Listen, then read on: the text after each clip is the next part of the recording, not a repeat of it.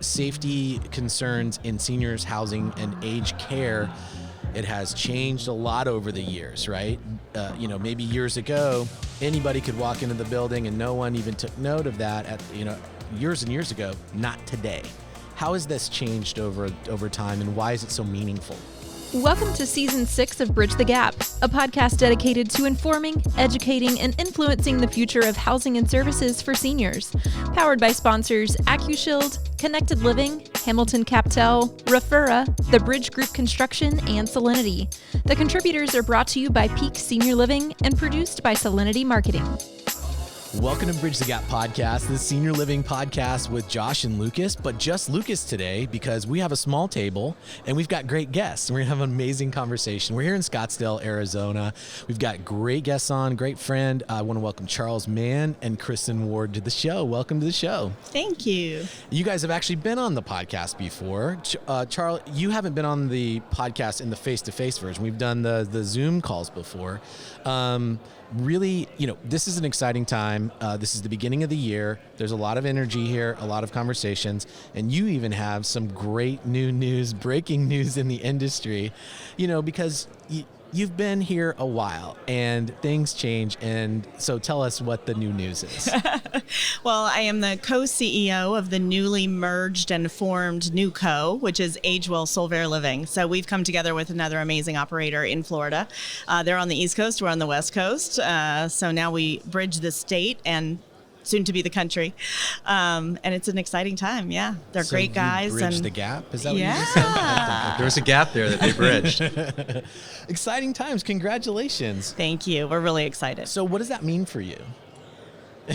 It means you get long walks on the beach now? No, but it means I get to focus on the things I really love. Once we get through the transition integration, then I'll be able to focus more on the pre-development consulting, the new development, and the new builds. We've got 6 under construction right now, so to be able to give That's more not time to those. complicated. No, all with different owners. So it'll be a lot of fun to be able to focus more on that, as well as positioning and strategy from a marketing standpoint for the different communities and the different markets and business development. So all the stuff that, back 14 years ago, we started the consulting company on. I get to get back to that now with AgeWell Solvere, and I'm really excited about it. Wow, that is exciting. Well, transitioning that conversation, you are an Accushield user. Accushield has been an amazing supporter of Bridge the Gap. We really, really appreciate y'all's partnership. And for all of our listeners that listen every single week and really rely on our content to help them in information and education, Accushield has been one of the big partners that powers us to be able to bring this content. And so y'all should definitely hit the link and reach out to them and check out their products. It's all about safety. Safety concerns in seniors housing and aged care, it has changed a lot over the years, right? Maybe years ago, anybody could walk into the building and no one even took note of that years and years ago, not today. How has this changed over time, and why is it so meaningful? Yeah, AccuShield was built on a problem that I experienced as an operator, and that was knowing who's in the building. And when you don't know who's in the building, bad things happen. Question marks arise. And I can remember as an operator, there was a resident that had lost her wedding ring. And we didn't know if it was a lost wedding ring or it was a staff member, which is usually where the blame is focused. But what we came to find out is that it was a third-party care provider that was a self-employed private caregiver that took this wedding ring. And so therein lies the problem, right? And it took us a long time to figure out who that person was. And so what we've done and what we think is important is to have some form of a process of identifying and extracting the information that you need in an effort to create a safer environment for seniors. And so, there's a lot you can do at that front desk, right? And there's a lot of security that can be enabled there. And we feel that safety starts at the front desk. And so that's sort of what we focused on, and we stay sort of in our lane, and we preach that message. And so Kristin, early on, she agreed with our concept and our mission. And so you're one of our longer customers. And so would love to hear, from you, or there was a question How's in that there? played out? From the beginning, no, it is really important. And, there have been some scenarios, we've all heard about them, right? With some scary things that have occurred, and it's more important than ever. So when we were talking, we've even created trainings for the front desk, to your point, because unless the whole team is trained, and even residents, educate them on what the sticker is, and that everyone either needs a name tag or a sticker. And if not, ask them. You say, see something, say something. If there's no identification, then ask. And it's also a great way to, shame team members into wearing their name tags too, because they get quizzed by other team members, but also the residents. You get the residents involved, and they're like, who are you? Where's your name? Hall Patrol. Exactly. But that's what's great safety. And I'll tell you, the residents' feedback, they love it. We talk about it in town hall. We do refreshers in the town hall meetings in the communities, and they're like, new residents that may not even realize it, they're like, wow, we appreciate that safety. We really appreciate the security. It really is meaningful for them. And it's a huge selling point. Well, and, the safety and the front desk, that kiosk, it's even evolving now. Technology is advancing so quickly. And I know that, COVID was a big part of really people elevating the importance of safety in the buildings. And I know probably most of our listeners, they're nodding their heads right now. They're like, yeah, we're using AccuShield every day, and it's a big help to our industry. So what new things, what new technologies, is there more? Can we do more with this kiosk? Absolutely. And so one of the newest features and sort of newest value adds, which is a little different than what we're used to doing, which is sort of focused on security and senior living. But what we realized is that because we were signing in visitors, one of the things we could do is we could ask them to review the community. And so as a visitor signs in, right, they sign in and they go through the process, and then as they sign out, it asks them a question. It could be a lot of different questions. It could say, how was your visit today? They rate the building, and then instantly it sends a text message to their phone asking them to leave a Google review.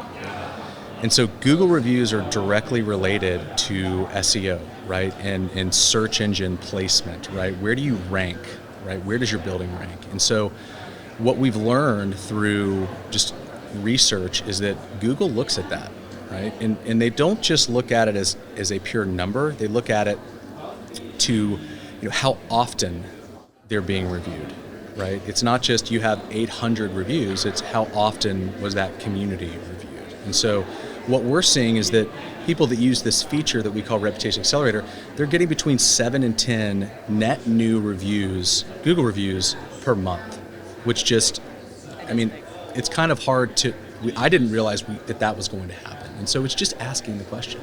It's just a consistent, hey, leave a review. And then once they leave a review, they don't get that text anymore. But it's been wildly successful, and it's something that we sort of just backed into, right? Sort of as that front desk, kiosk, and that front desk real estate. What can you do with it? So it's been a lot of fun seeing those numbers grow across our portfolio in those communities. And we piloted in three of our communities initially, and we had gone through all of this extra work to try to get people to leave Google reviews, creating cards with a QR code and all of this.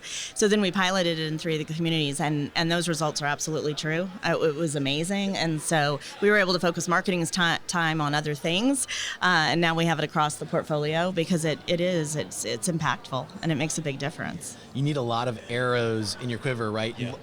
The days are gone where it's like we only have one source of leads. There's only one way to get leads or 2 ways to get leads. You need a lot of different ways to accelerate your community. You're standing on the digital marketplace to help garner and be competitive, right? And operators are always looking for that extra edge. And what a great way than real live feedback that you can get in real time. So how many operators are out using this right now? So we're in about 7,000 communities across the country. Just a few. And that's senior living, that's skilled nursing. We're probably 85% senior living, 85, 90. And then we've also got hospitals and surgery centers and really anything healthcare related that has a front desk. We can work with. And so, but we are focused on senior because that's kind of what we know. Right. And go back to the leads, right? How important is this in managing a portfolio and getting that? In terms of the Google reviews or just in general? No, Yeah, the generally. Google reviews has been amazing, and Charles is absolutely right. You know, it's a trust identifier, right? So people look for that first. A lot of people search for communities now looking at reviews before they look at anything else. But I was also going to mention some of the other things, and I'm not remembering what it's called, but the loneliness, you can the love meter. So the There you love go. meter, what's amazing about this, if you use this well, and we've been working on training for our teams on this, you can identify those residents that don't get a lot of visitors. And so when you're really looking for that, and then you integrate that into your programming, and you understand who needs a little more attention. And, when you have volunteers, you ensure that the volunteers go to those residents. Yes. So when you're deliberate and intentional about using that data, again, more arrows in the quiver, there are so many tools in it that if you take the time and build a training and education around it, it is hugely impactful. So, we weren't using, some buildings use it really well, some don't. So, one of our initiatives is across the board, let's be sure that we're maximizing all of the benefits that AccuShield offers, because there's so many and you just forget about it. You think of it as safety, but even tracking the vendors and ensuring that all of their background checks are up to date. I mean, there's so many elements of it that are so helpful. It's really great. Data is changing the landscape of how these communities operate on a day-to-day basis from top to bottom, not just safety, but the love meter, to be able to give that extra attention. That's so meaningful, obviously just in a human way, but it also helps kind of close that back door. Maybe that resident just says, I don't belong here. Maybe there's another place for me. And I think that that's crucial, right? To help with occupancy and census and things like that. Are you seeing that as a factor? Yeah, so what's interesting is we did a study, probably 5 years ago, and we recognized that residents that don't have a lot of visitation, it's harder for them to feel like they're part of the community, and a lot of times those residents leave. And so it also plays into marketing, right? Isolation, depression, unhappiness, it all goes hand in hand. And so, being able to through the kiosk understand which residents are not being seen plays a big factor in not only the lives of the residents, but also in occupancy. And so it's interesting how that has all played out. Carlene Motto is actually the one who, from Belmont Village, was the one really who backed into that and helped me identify that was a thing, right? And that those residents that weren't getting visited, you run the potential of that resident not feeling like this is their permanent home. Interesting. And conversely, you also, it's very eye-opening when you may see all of your third-party vendors coming in and the private caregivers, that's a big thing. But when you actually see it by resident, so it works the other way, you not only see how many have few visitors, you also see how many people are going to see them. It also tells a story, So using that data to really understand more about the residents and an individualized approach with each one is really impactful.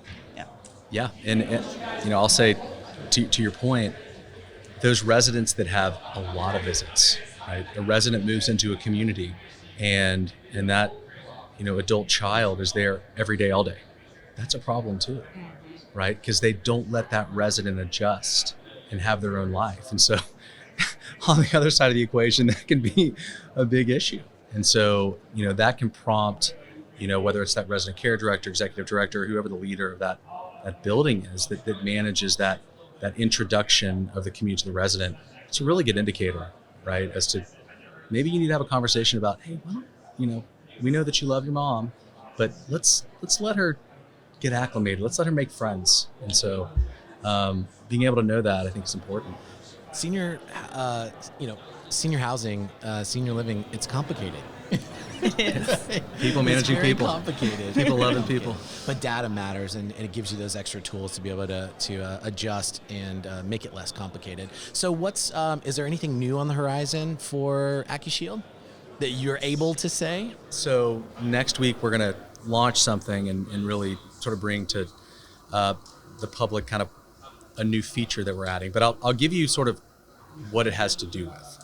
One of the things that the AccuShield kiosk is able to capture is agency visits. Agency in communities is a problem, and that's staffing agency. There's a lot of different agencies, but staffing agencies in particular. And so we can see across the portfolio of companies that we have on our platform, that agency usage is continuing to go up. That's a problem. And so it's at some point going to become unsustainable. And how do we reduce the cost of agency? How do we reduce the amount of agency that is needed to run a community? And so right now we have an insight report that any operator can get that shows them, whether it's daily, weekly, or monthly, their agency usage. If you have a bill that's, that happened to me when I was running a community, was that it came in 60 days late and I had no checks and balances, right? With AccuShield, you have a check and balance, you have a picture of that person, you have a sign in time, you have a sign out time. And so there's no surprises. And so we are going to laser focus on agency and creating a platform to drive that in the other direction. And so we're excited about that. We think that that's what the industry needs and will appreciate. And so we're going to run after it pretty hard. Very exciting. Very exciting. Great conversation. Yeah. Thank you guys for taking time with us today here on the Bridge the Gap Network here at ASHA, Scottsdale. It's a very cold Scottsdale today. Yes, it is. Everybody's complaining about Got that. my turtleneck on. I know. Even the Northerners are complaining about it. People from Chicago and Seattle were complaining yesterday. But the people from Boston, they're not complaining. No. I saw Matt out in shorts. He's walking around. He's like, "Hey, this is good. It's shorts weather." But it's going to be a great day. I know y'all are very busy. Thanks for taking time. Very important conversation here on Bridge the Gap. Thanks to all of our listeners. Make sure you go to btgvoice.com. Check out all of our content. Connect with us on LinkedIn. We'd love to hear from you. And thanks for listening to another great episode of Bridge the Gap. Thanks for listening to Bridge the Gap podcast with Josh and Lucas. Connect with the BTG Network team and use your voice to influence the industry by connecting with us at btgvoice.com.